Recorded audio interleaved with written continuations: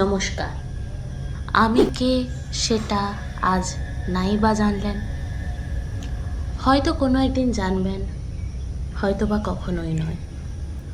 তবে আজ থেকে আমি আপনাদের নিয়ে যাব এক রহস্য, সাসপেন্স, ভৌতিক ঘটনা এবং অজানা কাহিনীর এক অন্য জগতে। এখানে কখনো শুনবেন সত্যি ঘটনার অনুপ্রেরণায় তৈরি গল্প, কখনো রহস্যময় প্রেমের কাহিনী, আবার কখনো এমন কিছু ঘটনা যা আপনাকে শেষ মুহূর্ত পর্যন্ত ভাবিয়ে রাখবে। নতুন নতুন গল্প নিয়ে আমি হাজির হব প্রতি সপ্তাহে। সবাই অপেক্ষায় থাকবেন নতুন গল্পে। এবার শুরু করা যাক আজকের গল্প। রাত 1:13। সালটা 2022, শীতকাল। নদিয়ার একটি ছোট্ট শহরে থাকতো সৌরভ। খুব সাধারণ ছেলে।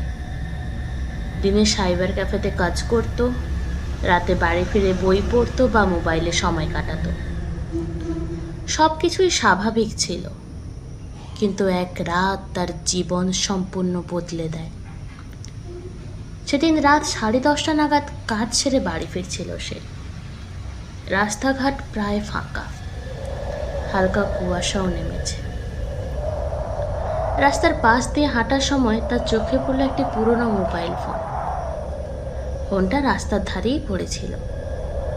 চারপাশে লোকজন না, তেমন কেউ ছিলই না। সৌরভ প্রথমে গুরুত্ব না দিলেও কিছু দূর গিয়ে আবার ফিরে এলো। কৌতূহলবশত ফোনটা তুলেও নিল। বাড়ি এসে চার্জে বসায়। কিছুক্ষণ পর ফোনটি অন হয়।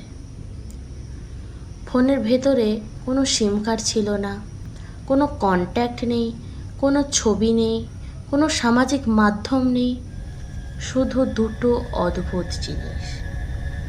ফোনে থাকা ওয়ালপেপার, যেখানে একটি মেয়ের প্রতিচ্ছবি, এবং প্রতিদিন রাত 1:13 একটি অ্যালার্ম সেট করা। সৌরভ অ্যালার্ম ডিলিট করার চেষ্টা করলো, কিন্তু যতবার ডিলিট করছিল ততবার অ্যালার্ম ফিরে ফিরে আসছিল। বিষয়টা অদ্ভুত লাগলেও সে আর গুরুত্ব দিল না। ফোনটা টেবিলে রেখে ঘুমিয়ে পড়ল। ঠিক রাত 1:13। হঠাৎ ঘুম ভেঙে গেল। পুরনো ফোনটা বাজছে। না না, অ্যালার্ম নয়, ইনকামিং কল। স্ক্রিনে ভেসে উঠেছে একটি নাম, রিয়া। সৌরভের বুক ধড়ফড় করতে লাগলো, কারণ ফোনটিতে কোনো সিম ছিল না যে। তাহলে কল আসছে কিভাবে? ভয়ে সে কল ধরলও না। কয়েক সেকেন্ড পর কল কেটে গেল। তারপর একটি মেসেজ এলো, আজও তুমি এলে না, তুমি আজও এলে না। সৌরভের শরীর ঠান্ডা হয়ে গেল। সারা রাত আর ঘুম হলো না। পরের দিন সে বিষয়টাও ভুলতে পারল না। আবার সেই রাত 1:13, আবার কল। এবার সাহস করে সৌরভ কল রিসিভ করে। উপাস থেকে শুধু ট্রেন যাওয়ার শব্দ। তারপর আস্তে আস্তে ভেসে আসে একটি মেয়ের কণ্ঠ, দ্রুত এসো, দ্রুত এসো আমার কাছে, দ্রুত এসো। তারপরে লাইন কেটে গেল। পরের দিন সকালে একটি নতুন মেসেজ, পুরনো রেল সেতু। সৌরভ ঠিক করলো সে সত্যিটা জানবেই। সন্ধ্যায় সে শহরের পুরনো রেল সেতুর কাছে গেল। সেখানে এক বৃদ্ধ চা বিক্রি করতেন। সৌরভ ফোনের ওয়ালপেপারে থাকা মেয়েটির ছবি তাকে দেখায়। ছবিটা দেখেই বৃদ্ধা চমকে উঠলেন। এই ছবি তুমি কোথায় পেলে? সৌরভ বলল, চেনেন না কি আপনি? বৃদ্ধা দীর্ঘক্ষণ চুপ করে থেকে বললেন, ওর নাম যে রিয়া।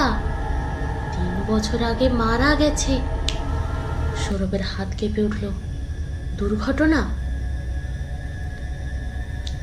বৃদ্ধ ধীরে মাথা নাড়লেন। লোকজন তাই বলে, কিন্তু আমি বিশ্বাস করি না। মেয়েটা মৃত্যুর আগে খুব ভয় পেয়েছিল। মনে হতো ওকে কেউ অনুসরণ করছে। ঠিক তখনই সৌরভের ফোনে একটি নতুন মেসেজ এলো। সত্যিটা জানতে চাইলে লকার 21 খুলে দেখো। সৌরভ স্ক্রিনের দিকে তাকিয়ে রইল। আর সেই মুহূর্তে তার মনে হলো কুয়াশার মধ্যে কেউ যেন দাঁড়িয়ে আছে। একটা মেয়ে, পরনে হালকা রঙের পোশাক, দূরে দাঁড়িয়ে যেন তার দিকেই তাকিয়ে। চোখের পলক ফেলতে ছায়াটা মিলিয়ে গেল। সৌরভ বুঝতে পারল এ এমন এক রহস্যে সে ঢুকে পড়েছে যেখান থেকে বের হওয়া হয়তো অসম্ভব। আজকের পর্ব এখানেই শেষ করলাম, কিন্তু রহস্য শুরু মাত্র। রিয়া কে? সে কি সত্যিই মারা গেছে? লকার 21-এর ভেতর কি আছে? আর কেন একটি সিমবিহীন ফোন থেকে প্রতিবার ঠিক 1:13 কল আসে? এইসব প্রশ্নের উত্তর জানতে চাইলে অপেক্ষা করুন পরবর্তী পর্বের জন্য। ভিডিও ভালো লাগলে লাইক করুন, চ্যানেলটি সাবস্ক্রাইব করে সঙ্গে থাকুন এবং আপনাদের মতামত কমেন্টে জানাতে ভুলবেন না।